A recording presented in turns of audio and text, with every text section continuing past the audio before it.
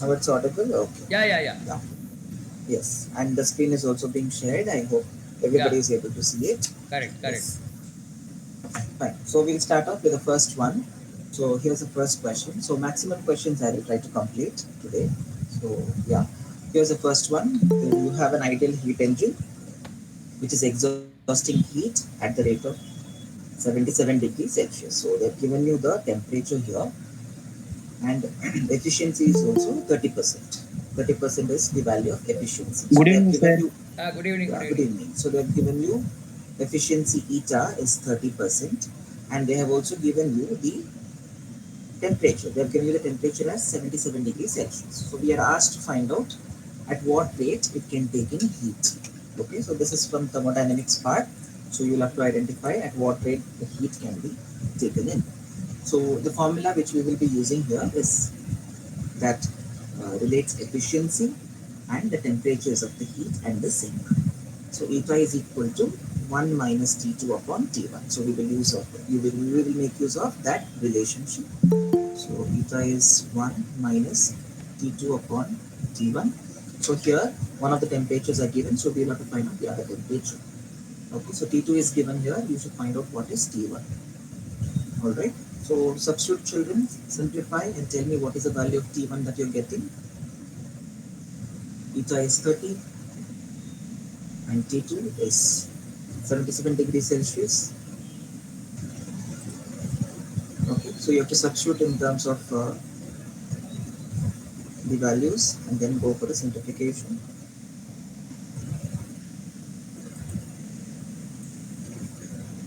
So 0 point here, 30% is nothing but 0.3, right? In terms of decimal, so zero point 0.3 equals 1 minus 350 upon T1. Okay, so here you substitute. So when I say 350, I hope you know how we go for a conversion, right? So 273 Kelvin, right? So you go and substitute the value for 77 degrees Celsius. You add that particular value and convert it in terms of Kelvin, and then substitute. Okay. So when you substitute and simplify, so which is the answer that you're getting? I hope you're getting answer in terms of Kelvin, 500. So 500 Kelvin is 227 degrees Celsius. So you will get 500 Kelvin as the answer, which is 227 degree Celsius. So option B is the answer. Okay. So here the main formula is eta is 1 minus T2 by T1. So please make a note of this. Okay. Now moving on to the next question. So here the velocities of sound are at the same pressure in two monoatomic gases. They are told monoatomic, atomicity is 1, of densities rho 1 and rho 2. So they are given the density of the gases and the velocities are v1 and v2 respectively. So they are asking us what is the ratio of v1 upon v2. So v1 by v2 ratio to be calculated. So there is a direct relationship which relates velocities and densities. Okay. So how are they related? v1 by v2 is under root rho 1 by rho 2. So this is the direct relationship between the ratios of velocities and densities. So we go and substitute here directly. Okay. So when you go and substitute here, when they say the velocity of sound and the same pressure in both of the gases, that is monatomic gases, then what would happen? You have to substitute the values. So when they say monatomic gases, so what would happen to the values? In this case, so you will get monatomic is 1 and for rho 2 is diatomic. So in that case it's going to be 4. So 1 and 4, 1 upon 4. So which will give you the answer as 1 is to 2. So 1 is to 2 is the answer. So option B would be the most appropriate answer in this case. So like this you go and substitute the corresponding values. Okay. So that is it. This is our second type of question. So we'll move on without further delay. We'll move to the next question. Third question. Question number 3. Just write it down with 3 and then we can discuss it. So here comes the question. Is scroll the screen is placed, the screen is placed 50 centimeters from a single slit,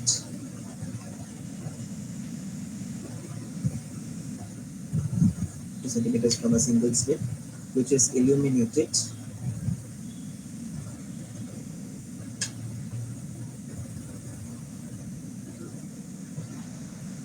okay, which is illuminated 6000 angstroms, which is illuminated 6000 angstroms of light.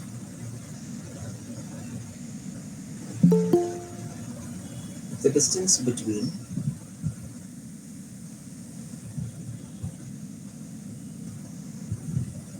if the distance between the first and the third minima, the distance between the first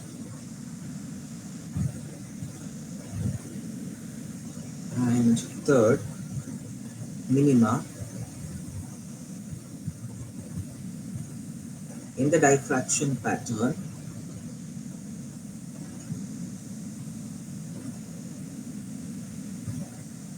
in the diffraction pattern is 3 mm,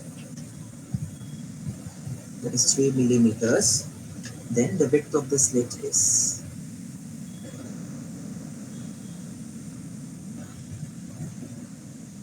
then what is the width of the slit? Okay, you have to find out what is the width. I give you the options.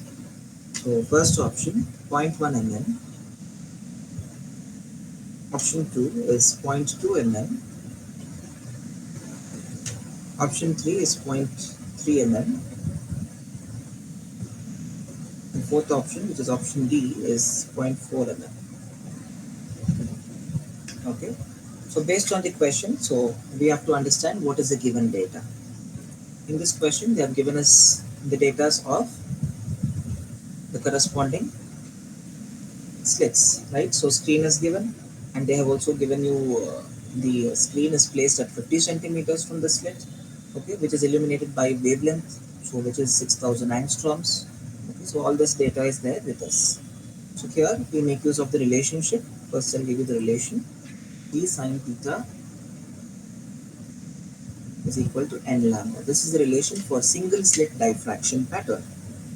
Okay, where d is the width of the slit, and theta is called the angular fringe, and lambda is the wavelength. So here wavelength is given as 6000 angstroms, okay, as per the question.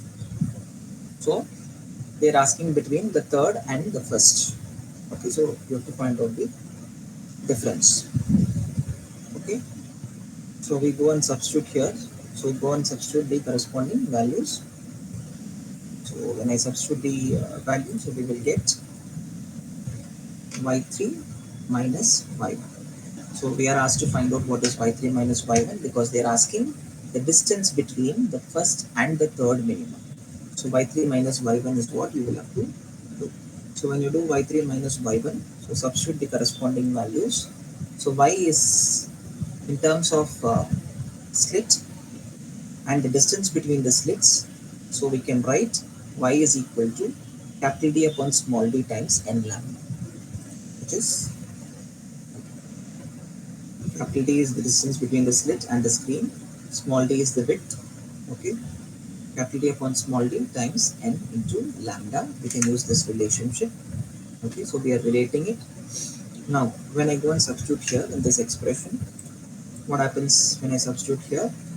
So d by d is anyways common, so you will get 3 lambda minus lambda, okay, so the ratio is common, d by d, so within brackets you can put 3 lambda minus lambda, which is 2 lambda, so d by d times 2 lambda.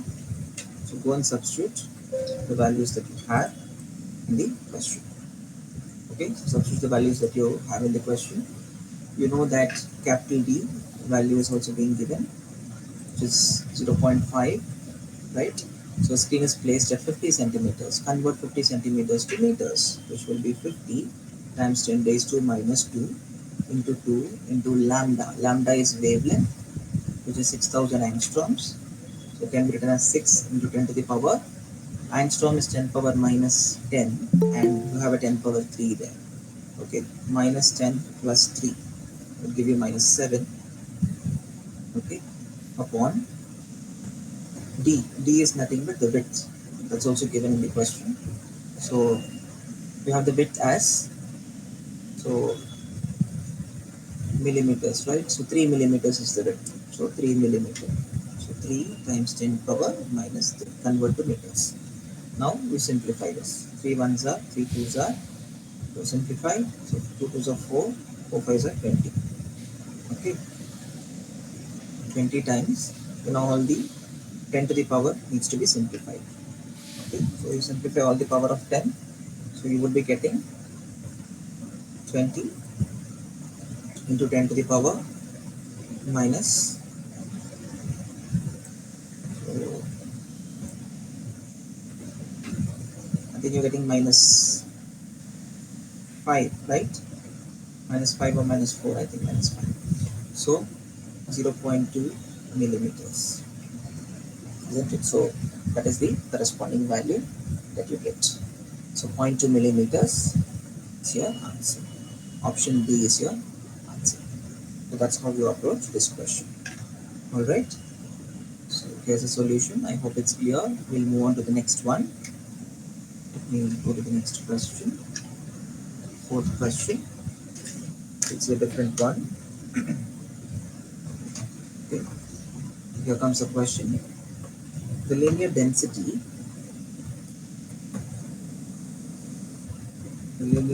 of a vibrating string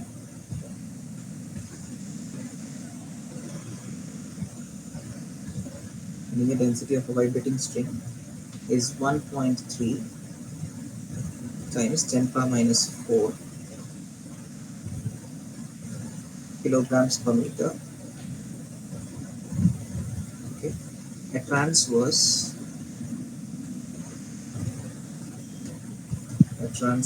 wave is propagating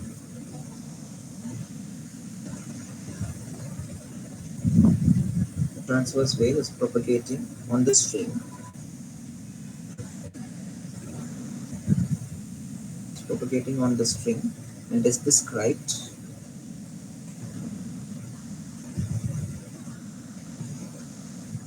by the equation y is equal to 0.021 sine of x plus 30t. Okay, where x and y are measured, okay, are in meters and t is in seconds. Okay. Then the question is, what is the tension when tension in the string is?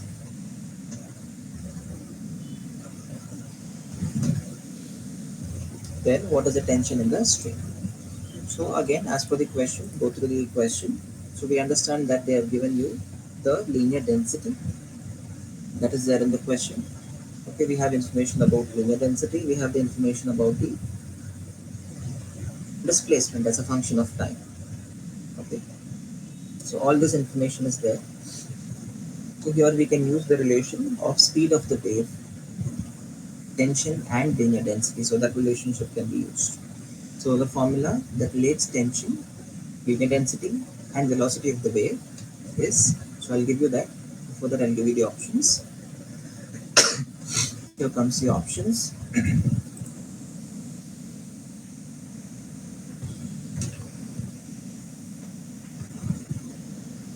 First option, 0.12 newtons. Second option, 0.48 newtons. Third option, 1.2 newtons. And fourth option is 4.8 newtons. Okay. Now coming to the solution part. So how do we solve this? There is a formula that relates, as I told, it relates the speed of the wave, tension and the linear density using the relationship V is equal to under root of T upon mu, where mu is the linear density. This mu term is linear density.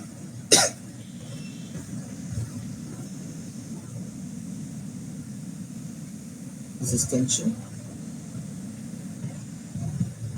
and this is the speed.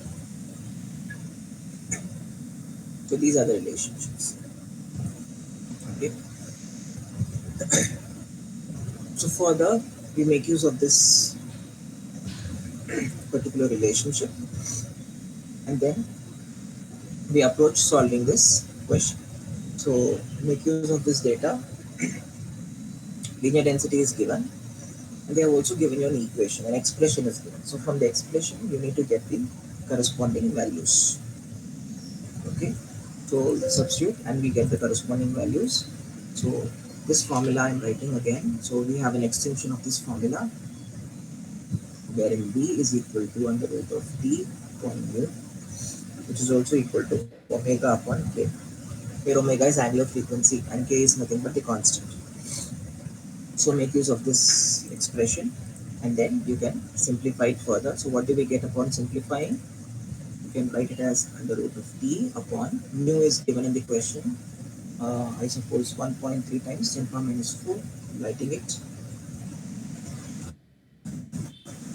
is equal to, now you have omega angular frequency. Omega angular frequency, from the expression itself you can find out. Okay, sine of x plus omega t, this is omega. So omega is 30.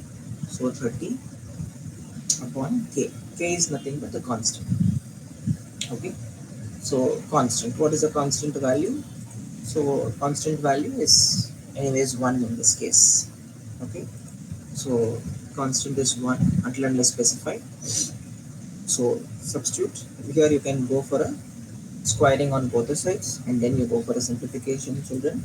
So squaring and simplifying on both, simplifying the expression will give you the tension as 0.12 newtons. The potential is approximately 0.12 newtons, and that is your answer. Okay, so the answer is option C. I mean option A, sorry. Okay, option A is the answer, 0.12. Fine. That's about this fourth question. Simple relationship. Let's move on to the next question. Question number 5. So we'll see the next part. Okay. Lambda p and lambda alpha, okay, are wavelengths of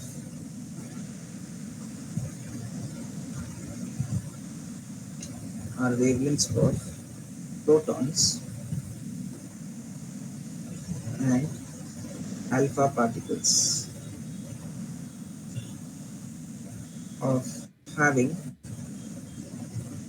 equal kinetic energies. Okay, they have equal kinetic energies. Then which of the options are correct? Again, first option, lambda p, that is lambda proton, is 1/4 of lambda of alpha particles. Second option,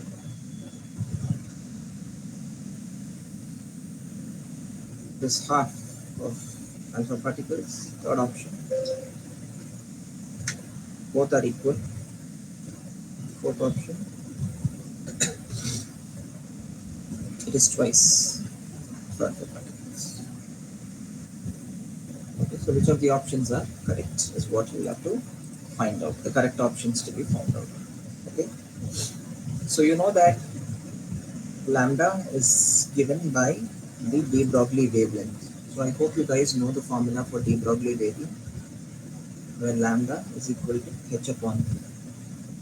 Momentum can be written in terms of kinetic energy as under root 2m ke. Okay, twice the mass times kinetic energy. That's how you can write. Okay, so basically, if you see this expression, you know that h is Planck's constant, which is a constant value. So lambda is the inverse of the square of the mass. Okay, so it is inversely related to the square of the mass from this expression. So using this particular relationship, we are going to write that lambda p upon lambda alpha would be equal to under root of mass of alpha upon mass of protons. Okay, so because it is inversely related, so it will get reciprocal and you will get this particular relationship. So we are writing the relationship like this. Now we go and substitute the corresponding value. So when you try to substitute the values, so we can write it as the mass of the alpha particle, and in terms of p, it can be written. So substitute. So what happens if you try to go and substitute the values? You will get under root of. So I am substituting this in terms of the corresponding wavelength itself, because h is anyways going to get cancelled off. So in terms of corresponding masses, you know that mass of proton and mass of alpha particles are different by 4 times. So mass of the proton is basically m, and then mass of alpha particles will be 4m. That is the relationship. So if that is the case, we go and substitute, provided that the energies are same as per the question. So we can write this as 4m upon p divided by, this is just m upon p. So what is the answer? P2 gets cancelled and we will get the answer as root 4, which is equal to 2. And hence, your answer, final answer will be lambda p is equal to twice lambda alpha. So option D is right. So lambda p is twice of that of lambda alpha. Okay, that is wavelength of alpha particles. Wavelength of proton is equal to twice of wavelength of alpha particles. That's it. That's how we will solve this question. Okay. So we'll move on to the next one. Next question. Hope the number is 6. Moving on to question number 6. We'll see the next question. Let's see how we can solve the next question. Okay. Here comes the next question.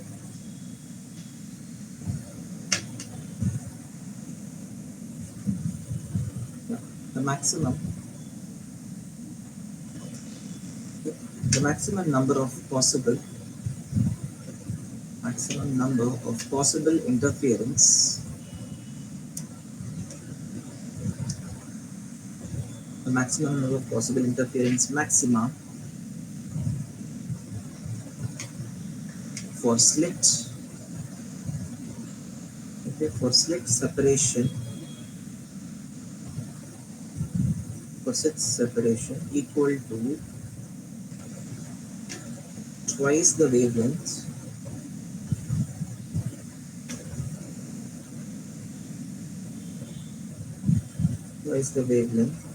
in Young's double slit experiment, which is YDSE. Yes. Give me the options. Option A is infinity. Option B 5. Option C 3. Option D 0. Okay, so which one of them is most possible? So the maximum number of possible interferences for the maxima for slit separation, which is equal to twice the wavelength in Young's double slit experiment, is the question. So again, for maxima, when do you have maxima obtained? Okay, when delta is equal, d sine theta is equal to n lambda. We all know that, right? So when d sine theta equals n lambda. So for the interference pattern, okay, use this relation. So here sine theta should be equal to, when they say second, so 2 lambda sine theta, I take this case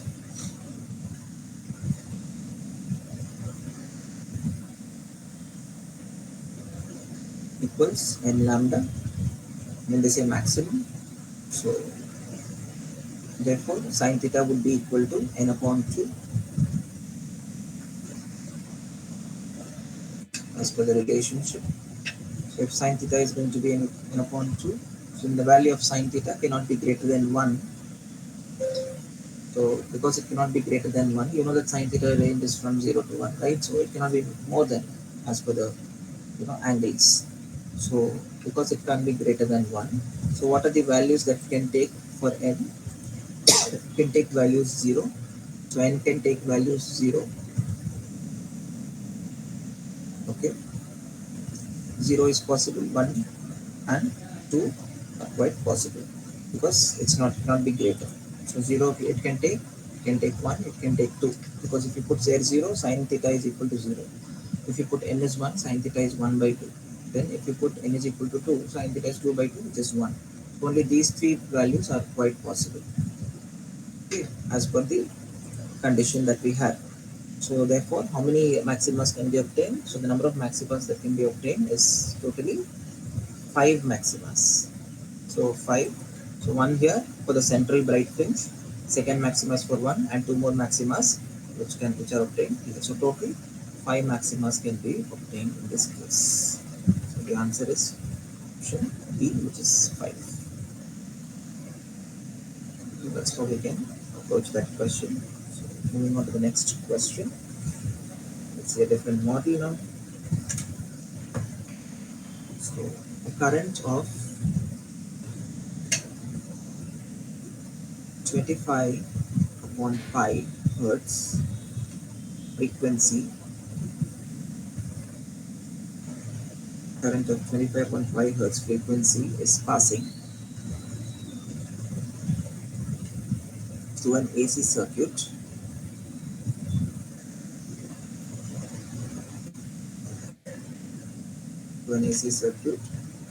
having series R, that is resistance equal to 100 ohms, and inductor is equal to 2 Henry. Okay. The phase difference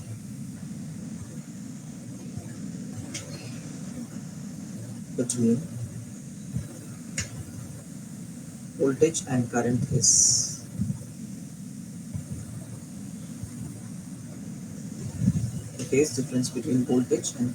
is okay. So here are the options. First one is 90 degrees, option B 60 degrees, option C 30 degrees, and option D is 45 degrees. So these are the options. So we'll see how to approach this question. Now you can see the frequency is being given here, which is 25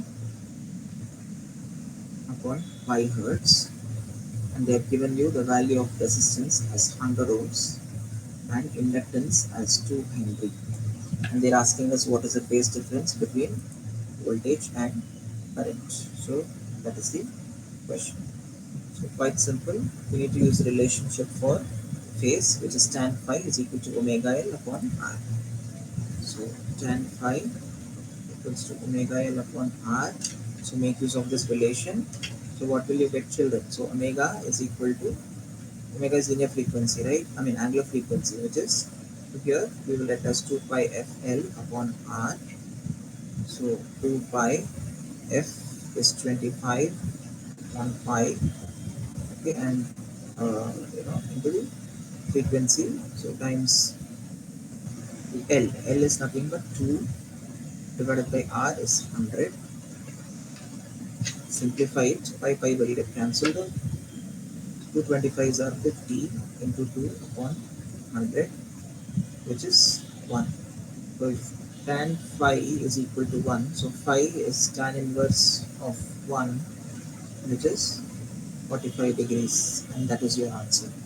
So the answer is option B, which is 45 degrees. Okay, so this is how we approach this question. So the important formula that you will have to keep in mind is tan phi equals omega L upon R. So that is a important formula to be kept in mind. Moving on to the next question, let's solve one more. Question number 8. Here comes a question. The electric field of a plane electromagnetic wave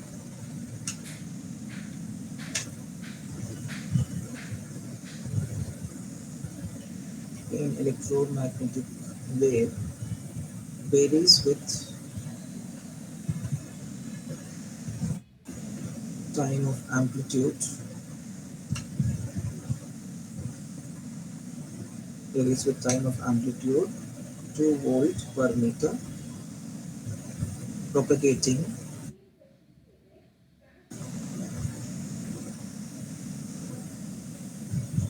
propagating along z-axis.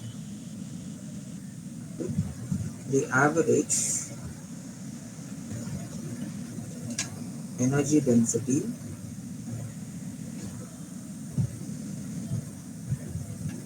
of the magnetic field,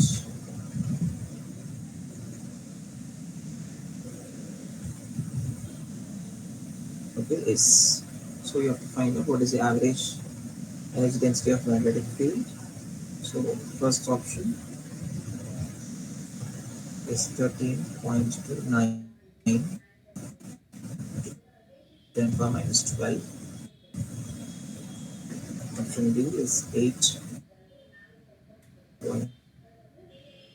Option C 17.72 into 10 power minus 12. And last option, option D, is 4.43 into 10 power minus 12. Right. So based on this question, what are they asking? They are asking you what is the average energy density, provided that amplitude has been given in this particular question. So they have given you the amplitude. So we make use of the relationship here for energy density. Okay. So the formula that we can use here for energy density is U is equal to 1 upon 4 epsilon naught times E naught square. That's the relationship. So I'm writing the relation here. Energy density U is equal to 1 by 4 epsilon naught times E naught square, where E naught is nothing but the electric field component. Okay.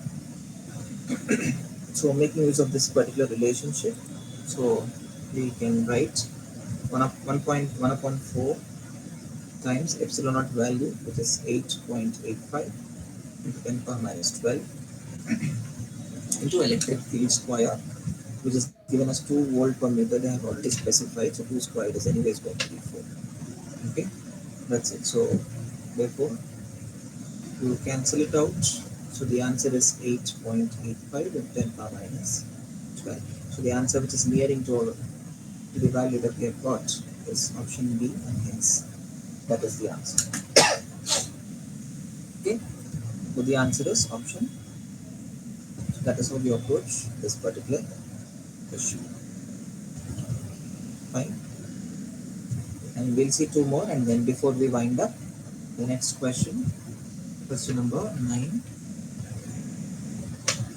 Move on to the next question.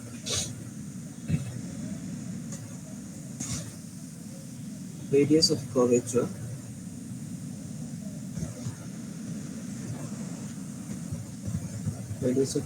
of concave mirror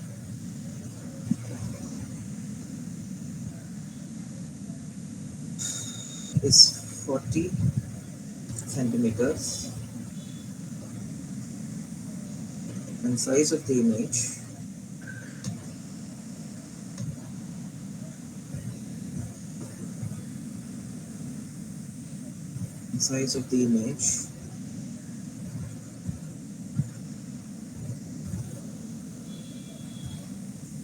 is twice as that of the object.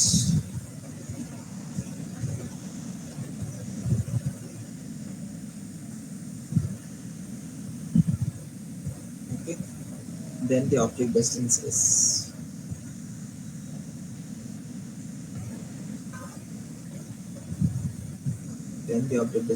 The options are option A 60 centimeters, option B 20 centimeters, option C 40 centimeters, and option D 30 centimeters. Okay, these are the options. Fine. So based on the question, you can see radius of curvature is given. R is given as 40 centimeters. That's a given data that we have. And they also told that the size of the image is twice as that of the object. So image size is twice as that of the object size, which means height of the image is equal to twice as that is height of the object. So having all this information, they are asking us to find out what is the object distance. Okay. So how do you approach this particular question? So based on the formulas, image formula you can use the relation between radius and focal length, all that, and then you can make use of relation, and then you can substitute and find out what is the answer. Okay, so find out the focal length first. So we all know that r is equal to 2f, which means f is equal to r upon 2, which is 40 upon 2, that is 20. Okay, so focal length is 20 centimeters. Having understood the focal length, we go and we find out what is the magnification. There is a formula for magnification. So magnification is given by height of the image upon height of the object. Okay, in this question they are told that height of the image is twice as that of the object. So to h naught by h naught you get the magnification as 2, right? So directly you get the value as 2. So if magnification is going to be 2, so what is that? What do you infer? You infer that for real image magnification would be minus 2. Okay, because here the nature of the mirror is going to be concave, so therefore it forms a real image. Okay, so for real images are always inverted, so minus 2 would be more appropriate. So minus 2 is equal to, you write the formula for magnification in terms of focal length. There is one formula, so I don't know if you guys remember. M equals f upon f minus u is the formula. You make use of this formula. So minus 2 is equal to f upon f minus u, which gives you f is nothing but 20 centimeters. Okay, so 20 centimeters is, you know, the focal length for concave mirror. So concave mirror's focal length is always going to be, you know, negative, right? Sign convention. So it is minus 20 upon minus 20 minus u. Simplify this, go for a rearrangement. You will get the answer for u. Okay, so the answer for u you will be getting as minus 10 centimeters, and that's your answer. Okay, so minus 10 centimeters is the object distance. So minus 10 is the value that we are getting, right? Let me also check once again. It says minus 10, but here the options are not given minus 10. Minus 40.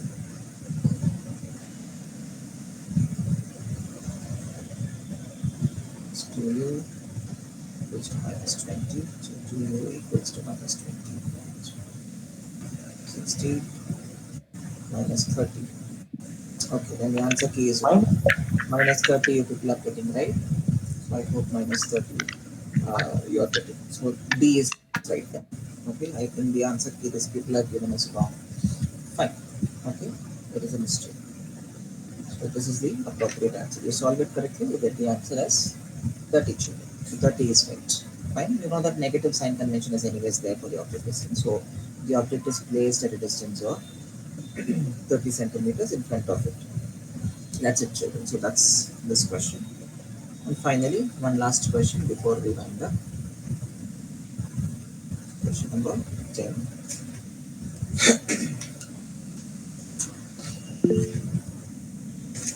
So here you will have to evaluate what is the current in the circuit. Okay, determine the current in the circuit. So here comes the circuit.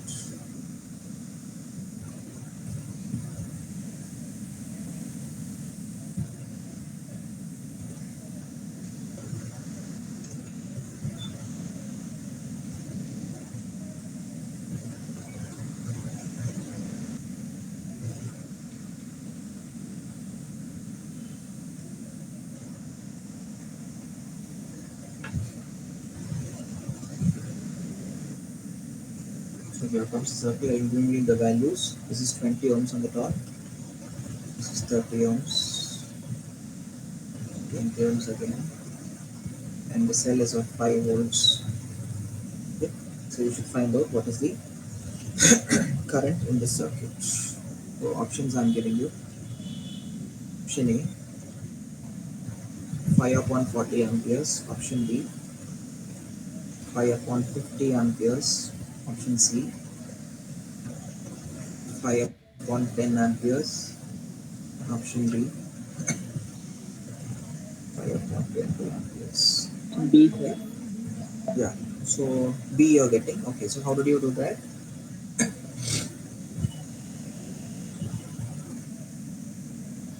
Yeah. So I hope you applied the current divider rule.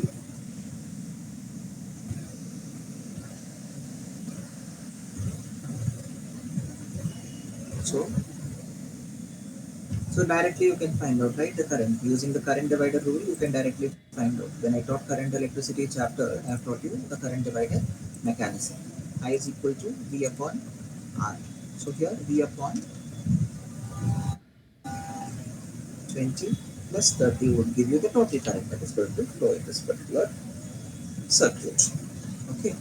Because from here only current has to enter. This I will enter here, and here only it is going to get split.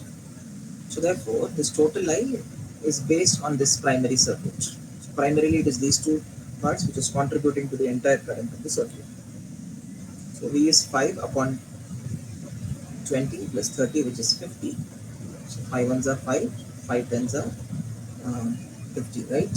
So when you are going to do this, okay. So 5 upon 50. So 5 upon 50, they have given option D, okay, this fraction. So 5 by 50 is the answer. So by using this rule, you can directly evaluate what is the amount of current that is flowing in the circuit. Fine. So we'll wind up here. So I hope the people have understood. We have looked at different aspects, different questions. Okay, so I try to cover maximum questions till now. Fine. So yes, so you can let me know if you have any doubts. Okay, sorry about it. My voice is little slow today. Okay. Yeah. Any doubts you can ask. Otherwise we can wind up. Okay, I'll share this also in the group. You can go through it. Please practice different types of questions. Formulas also please write them without seeing, as I say always.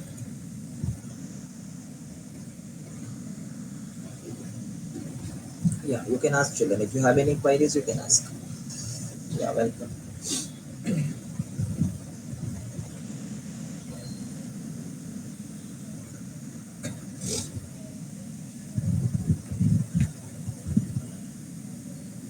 Okay, so uncle, we can wind up, no?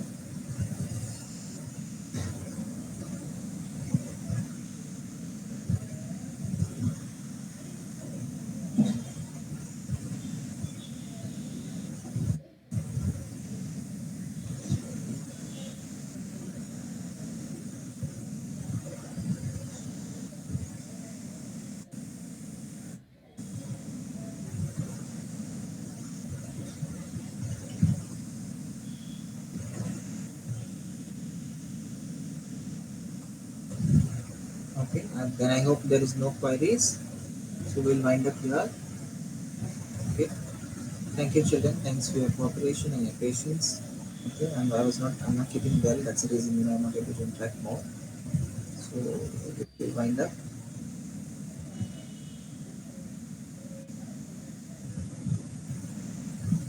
Yes, ma'am, sure. Okay, then. Bye bye, children. Take care. See you in the next class. And Thank you, energy. sir. Thank you, sir.